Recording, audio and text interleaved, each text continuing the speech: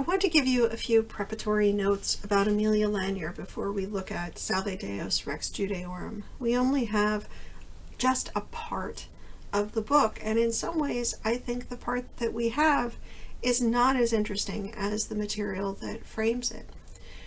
Æmilia Lanyer is quite an incredible character. She was born in London into a family of Italian musicians, the Bassanos, who were originally from Venice and whom most people presume to have had some kind of Jewish heritage.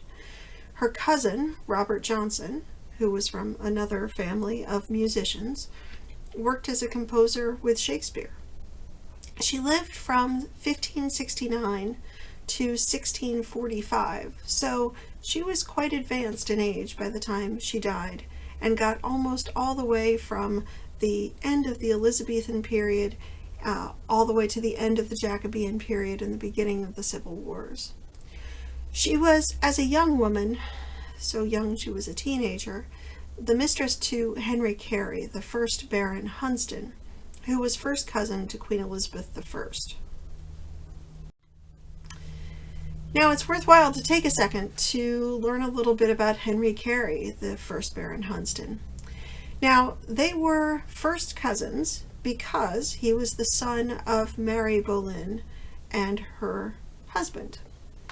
Now, coincidentally, Lord Hunsdon was born very shortly after Mary Boleyn's marriage to her husband, who was also an important courtier.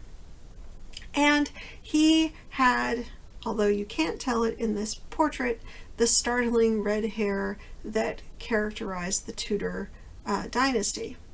So, since Mary had been a courtesan for Henry VIII before Henry VIII took up with her sister Anne, there were lots of suspicions that Henry Carey was not only Queen Elizabeth's first cousin, but probably his half-brother, or her half-brother. Now, no matter what his genealogy, he was an important courtier who was responsible for much of the diplomacy with the Scots. He eventually became the most powerful member of the Privy Council for Queen Elizabeth. He was the Lord Chamberlain, which meant that he effectively managed the entire royal household. He was a patron to Shakespeare's company, and Æmilia Lanyer was 43 years younger than he. When she became pregnant at 23, he put her aside and made arrangements for her to marry Alfonso Lanyer, who was from another family of court musicians. Now, much of our information about Æmilia comes from three sources: from autobiographical statements within her poetry, legal records having to do with her birth, the births and deaths of her children, and a lawsuit she carried out against a landlord, and the diaries of the astrologer Simon Forman, who kept meticulous records of his consultations and the amorous designs that he had toward the women who sought his help. From these records, we know that Æmilia was a well-educated striver who eventually opened a school and who spent most of her life in an unhappy marriage.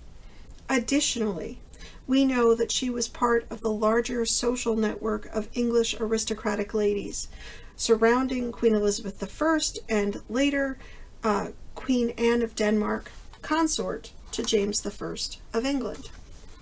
And up here on this slide, what you have is a catalog of all of the women who receive dedicatory verses at the beginning of Salve, Deus, Rex Judæorum.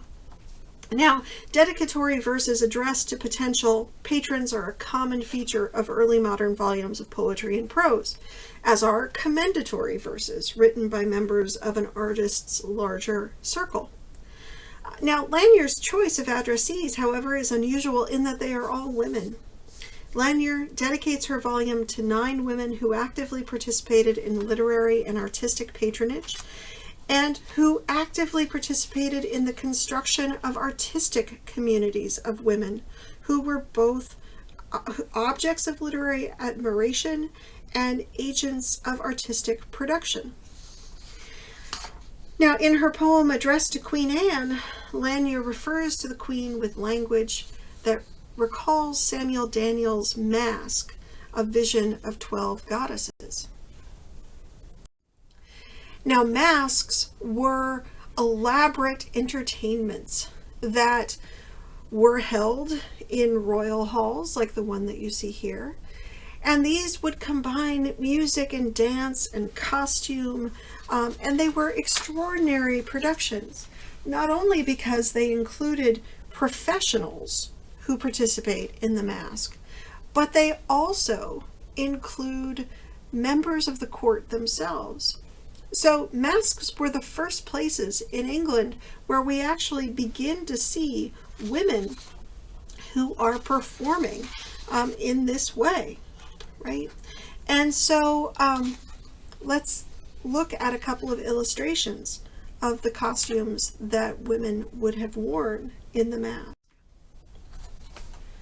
So these are illustrations that survive from Inigo Jones, who was one of the principal masque designers. He was also an extraordinary architect. And so these are two illustrations that show what he would have done for the costumes of these women. Now, you only have a few stanzas that are completely kind of torn apart for the first commendatory or the first dedicatory poem to the Queen's Most Excellent Majesty.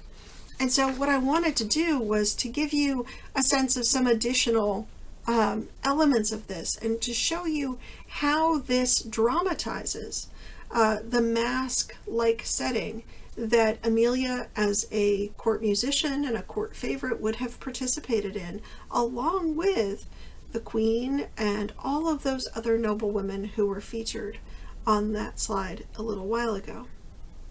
Renowned Empress and Great Britain's Queen, most gracious mother of succeeding kings, vouchsafe to view that which is seldom seen, a woman's writing of divinest things. Read it, fair Queen, though it defective be, your excellence can grace both it and me. For you have rifled nature of her store, and all the goddesses have dispossessed of those rich gifts which they enjoyed before. But now, great Queen, in you they all do rest. If now they strived for the golden ball, Paris would give it you before them all. From Juno you have state and dignities, from warlike Pallas wisdom, fortitude, and from fair Venus all her excellencies. With their best parts your highness is endued. How much are we to honor those that springs from such rare beauty in the blood of kings? The Muses do attend upon your throne, with all the artists at your beck and call, the sylvan gods and satyrs every one before your fair triumphant chariot fall, and shining Cynthia with her nymphs attend to honor you, whose honor hath no end. From your bright sphere of greatness where you sit, reflecting light to all those glorious stars that wait upon your throne, to virtue yet vouchsafe that splendor which my meanness bars. Be like fair Phoebe, who doth love to grace the darkest night with her most beauteous face. Apollo's beams do comfort every creature, and shines upon the meanest things that be.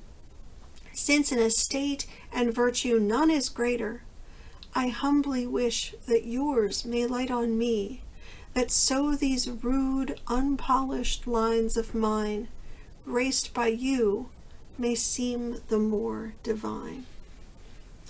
So instead of being one of the 12 goddesses, Queen Anne in Lanyer's poem becomes the only goddess, the one in whom they all do rest.